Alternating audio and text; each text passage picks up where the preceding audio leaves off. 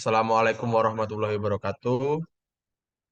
Kami dari kelompok 8 dari kelas Rev 2A akan mempresentasikan tentang materi resin fenol formaldehid. Next.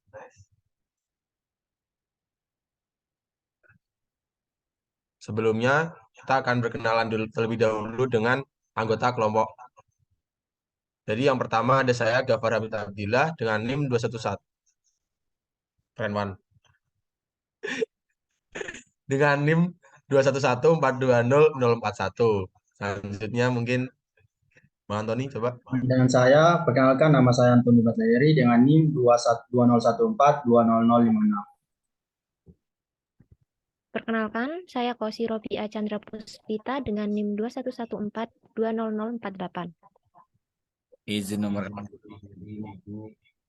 dengan saya sendiri Ulon Afif Barunya 2114229 sebagai NIM. Silakan gabung. Selanjutnya, next. Jadi terlebih dahulu kita akan membahas tentang definisi dari resin fenol formaldehid yang akan dijelaskan oleh Bang Antoni. Silahkan Bang Antoni.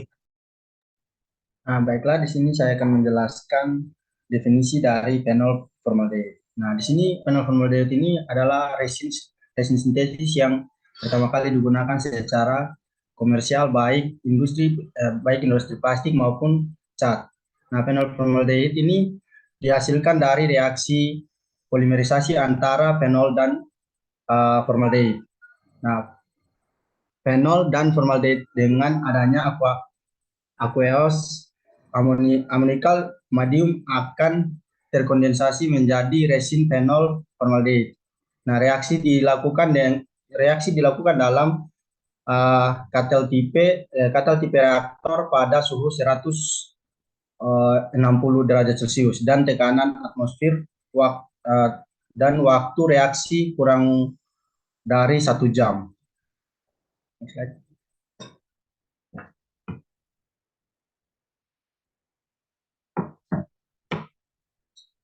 Nah, di sini ada karakteristik dari fenol formaldehid ini, yaitu ada sifat fisik dan sifat kimia.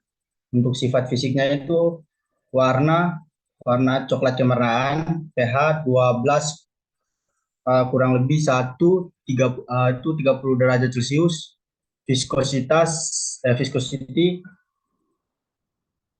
viskositinya itu 60 sampai 250 CPS dengan satuannya 30 derajat Celcius. Boiling pointnya 350,1 derajat Celcius. Melting pointnya itu 55,5 derajat Celcius. Spesifik gravitinya itu 1,168 sampai 1,180 gram per centimeter kubik, 30 derajat Celcius. Critical pressure 720,83 psi,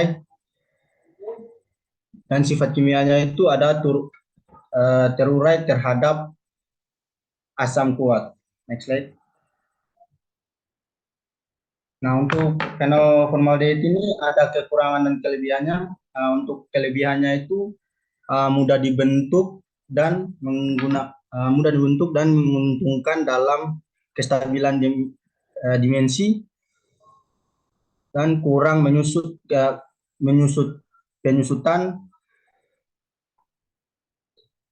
penyusutannya dan kurang keretakannya. Yang berikut unggul dalam sifat isolasi listrik, relatif tahan panas, unggul dalam ketahanan asap. Untuk kekurangannya itu kurang tahan terhadap alkali. Yang kedua, beracun jika tertelan dalam makhluk seperti makhluk hidup. Dan yang terakhir itu dapat menyebabkan karsinogenik jika menghisap fenol formaldehid ini terus-menerus dalam kadar yang banyak. Berikutnya mungkin dijelaskan oleh rekan saya.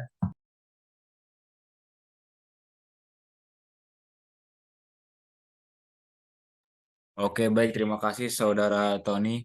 Jadi di sini ada beberapa jenis. Nah, jenis ini diklasifikasikan berdasarkan perbandingan mol reaktan dan jenis katalis yang digunakan.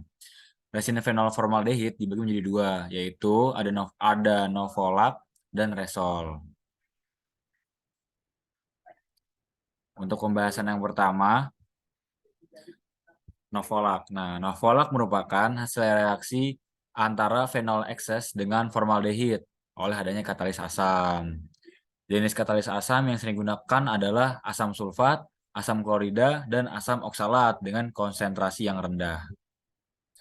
Selanjutnya, ada resol. Resol merupakan hasil reaksi antara fenol dengan formaldehid ekses oleh adanya katalis basa. Jenis katalis basa yang sering digunakan adalah natrium hidroksida dan amonium hidroksida pada pH 8-11. Oke, next.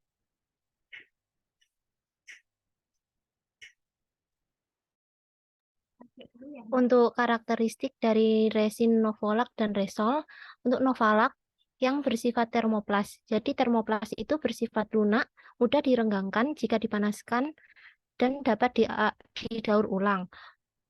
Agar novolak menjadi bersifat termoset, maka membutuhkan pemanasan dan penambahan cross-linking agent menggunakan katalis asam dan membentuk produk yang termoplas dengan berat molekul 500 sampai 900.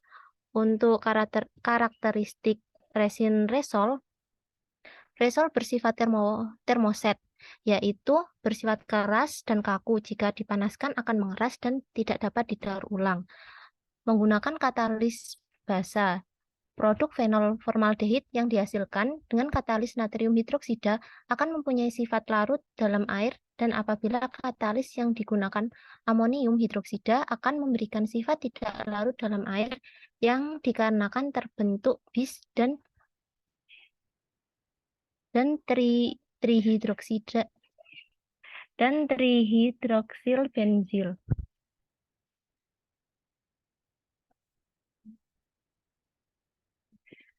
Selanjutnya untuk aplikasi fenol formaldehid. Untuk resin novolak biasanya digunakan untuk vernis, industri plastik, industri cat, dan panel dinding dekorasi.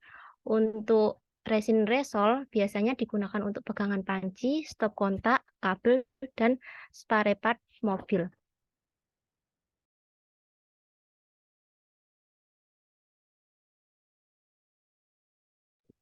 Selanjutnya, kita akan masuk ke tahap reaksi pembentukan dari resin novolak. Reaksi pembentukan resin novolak ini terbagi atas dua proses, yaitu yang pertama ada reaksi adisi atau metiololasi dan reaksi kondensasi polimerisasi atau metilenasi. Jadi pada reaksi adisi, fenol akan direaksikan dengan formaldehid dan akan membentuk monometilol fenol. Setelah itu, monometilol fenol ini akan dikondensasi polimerisasi dan akan membentuk dihidroksil dipentil metan dan juga H2O. Next.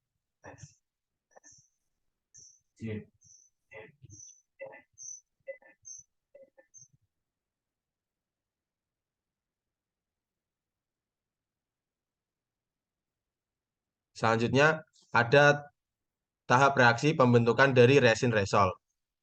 Resin resol ini juga dibagi menjadi atas dua proses. Yang pertama merupakan reaksi adisi yang sama dengan pembentukan resin novolak, juga reaksi kondensasi polimerisasi.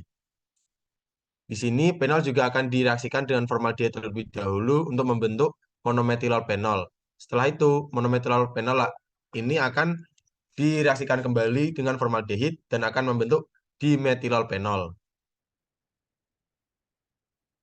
Pada monometilol fenol ini masih ada dua gugus reaktif yang dapat bereaksi lagi dengan formaldehid sehingga akan menjadi dimetilol fenol. Next one.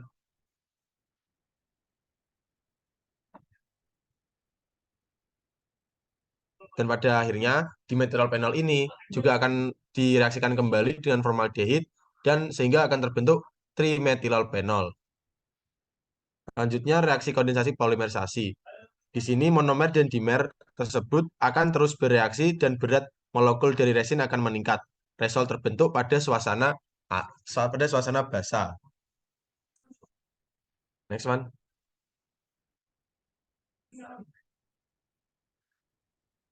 Dengan ini presentasi yang kami ajukan telah berakhir. Terima kasih atas perhatiannya. Wassalamualaikum warahmatullahi wabarakatuh.